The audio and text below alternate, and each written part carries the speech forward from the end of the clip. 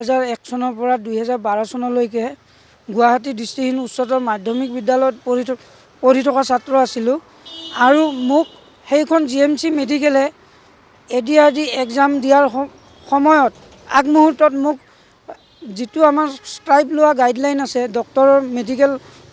ডক্টৰৰ চাইন ল'ব লাগে, সেই চাইন লোৱা গাইডলাইন থকা সত্ত্বেও সেইখন মেডিকেলৰ পৰাই লৈছিলোঁ।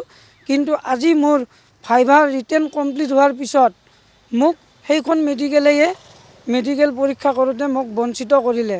তাৰমানে মই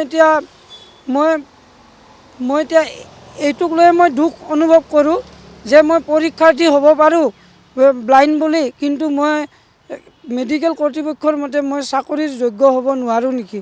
মোক সিহঁতে দেখা বুলি ক'ব বিচাৰে, কিন্তু মই গুৱাহাটী দৃষ্টিহীন উচ্চতৰ মাধ্যমিক বিদ্যালয়তে পঢ়ি অহা ছাত্ৰ। হয়, মই স্কুল এডুকেশ্যন ডিপাৰ্টমেণ্টত ছিলেকশ্যন হৈছিলোঁ।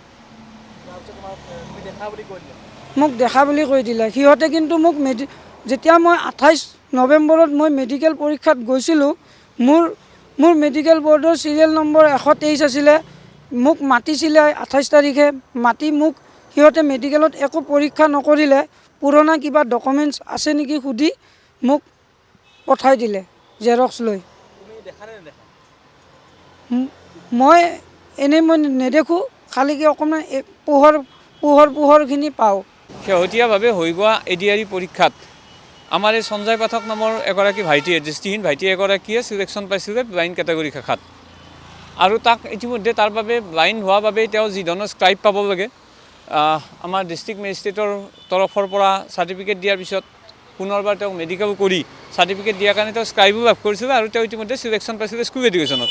কিন্তু তাৎপৰ্যপূৰ্ণ কথাটো হ'ল যে আজিকালি মেডিকেল কৰাৰ নামত গুৱাহাটী মেডিকেল কলেজলৈকে যি এখন বোৰ্ড গঠন কৰিব দিছে, সেই বোৰ্ডখনত তেখেতক যেতিয়া পঠাই দিয়া হ'ল, যিগৰাকী ব্যক্তিয়ে 2001 চনত ব্লাইণ্ড হোৱা বুলি গুৱাহাটী মেডিকেল কলেজেই চাৰ্টিফিকেট দিছিলে, যাৰ ফলত তেওঁ গুৱাহাটীৰ দৃষ্টিহীন উচ্চ মাধ্যমিক বিদ্যালয়ত 2001 চনৰ পৰা 2012 চনলৈকে অধ্যয়ন কৰি ব্ৰেল পদ্ধতিত অধ্যয়ন কৰি তেখেতে ইমান দিন ব্লাইণ্ড হৈয়ে থাকিলে, যিটোৱে ভালদৰে আজিৰ দিনটোত ক'ত খাল আছে ক'ত বাম আছে গম নাপায়, নিজৰ দৃষ্টিশক্তি নোহোৱাৰ বাবে সেইগৰাকী ব্যক্তিক কিন্তু পুনৰবাৰ যেতিয়া মেডিকেল কলেজত যিটো মেডিকেল টেষ্ট কৰিলে, তাত মেডিকেল টেষ্টৰ নামত এক ভেকু ভাওনা পৰিণত কৰি তেখেতক কিন্তু দৃষ্টিহীন নহয় বুলি আজি চাকৰিটোৰ পৰা বঞ্চিত কৰিলে। কাৰণ যিসমূহ ব্যক্তিৰ ইতিমধ্যে মেডিকেলত পাছ কৰা বুলি কৈছে, তেখেতসকলক কিন্তু ইতিমধ্যে স্কুল এডুকেশ্যন ডিপাৰ্টমেণ্টলৈকে লিষ্টসমূহ পঠাই দিছে, কিন্তু এখেতৰ নামটো যেতিয়া নাই জানিব পৰাত তেখেত যেতিয়া মেডিকেল কলেজলৈকে গ'ল, তেখেতে ক'লে আমি পাৰ্চেণ্টেজটো দিব নোৱাৰোঁ। আৰে ভাই, যদি ব্লাইণ্ড স্কুলত পঢ়া ল'ৰা এজন গুৱাহাটী মেডিকেল কলেজে পূৰ্বত দিয়া চাৰ্টিফিকেটখন যদি ব্লাইণ্ড নহয়, তেতিয়াহ'লে কোন ব্লাইণ্ড? আৰু আপোনালোকে তেখেতৰ পৰা সোধক, তেখেতক চিকিৎসা তাতে মানে যিটো টেষ্টৰ নামত কি কৰিছে, আচলতে তাত এখন মস্ত ডাঙৰ মানে খেলি মেলিৰ এখন বজাৰ চলি আছে। যিসমূহ ব্যক্তি মোৰ চকুত কিছুমান দৃষ্টিগোচৰ হৈছে, এই মেডিকেল বৰ্ডত কিছুমান এনেকুৱা ল'ৰা পাছ কৰি গৈছে, যিসমূহ ল'ৰা আচলতে কোনো কাৰণত ৰিজেবল হ'বই নোৱাৰে, যিসমূহ ব্যক্তি কোনো কাৰণত একদম সম্পূৰ্ণৰূপে চকুৰে দেখা ব্যক্তি, মই নিজে দেখিছোঁ, মটৰচাইকেল লৈ আহে মোৰ তাত আহিছে, মই আচৰিত হৈছোঁ যে সেইবিলাক ব্যক্তি কিন্তু মেডিকেল কলেজৰ গুৱাহাটী মেডিকেল কলেজ এণ্ড হস্পিটেলত মেডিকেল বৰ্ডত পাছ কৰি গৈ আজিৰ দিনত শিক্ষকৰ দৰে চাকৰি কৰি আছে।